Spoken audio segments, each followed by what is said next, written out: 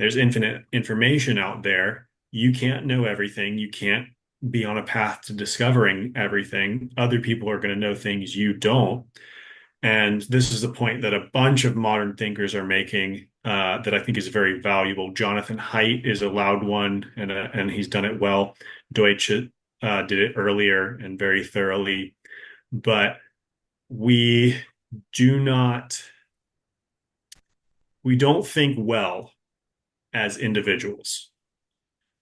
We think pretty well as groups of people.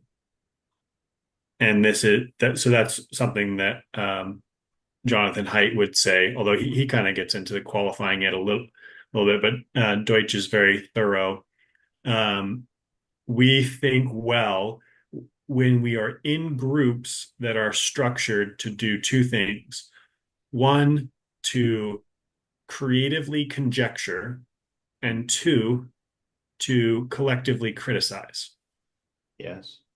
And this is very interesting and a very good insight in that the first step, even in complete hard science, is imagination, is creative conjecture. You are guessing. And when I say conjecture, when I say guessing, that is not a uh, pejorative. It is not like there's something else you should be doing. That is the process of discovery and invention and insight. It is guesswork is not exactly the best word for it, but conjecture. It is supposing, imagining. Then, and so that's important because it opens up the door of like, hey, you can't just dismiss an idea because it's a wacky imagination. That's what all new ideas are all the time. Yes. So that's an important first piece. And then the second piece is collective criticism, where you put your new ideas through the ringer of other people. And that doesn't mean, you know, if 90% of the people just bash your idea that you got to throw it away. Like they have to actually criticize it well. There are rules for criticism and what counts and what doesn't. So that's all tied into that community of criticism. So really, Deutsch is describing the scientific community as it actually functions when it does function well.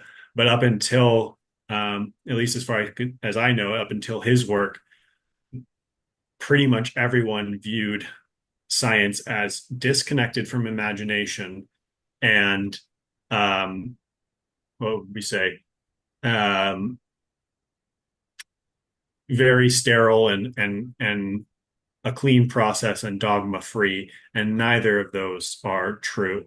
So so fallibility is the keystone on which all of that is built because science is functions on skepticism and the willingness to doubt things and the willingness to question things and the curiosity to suppose different things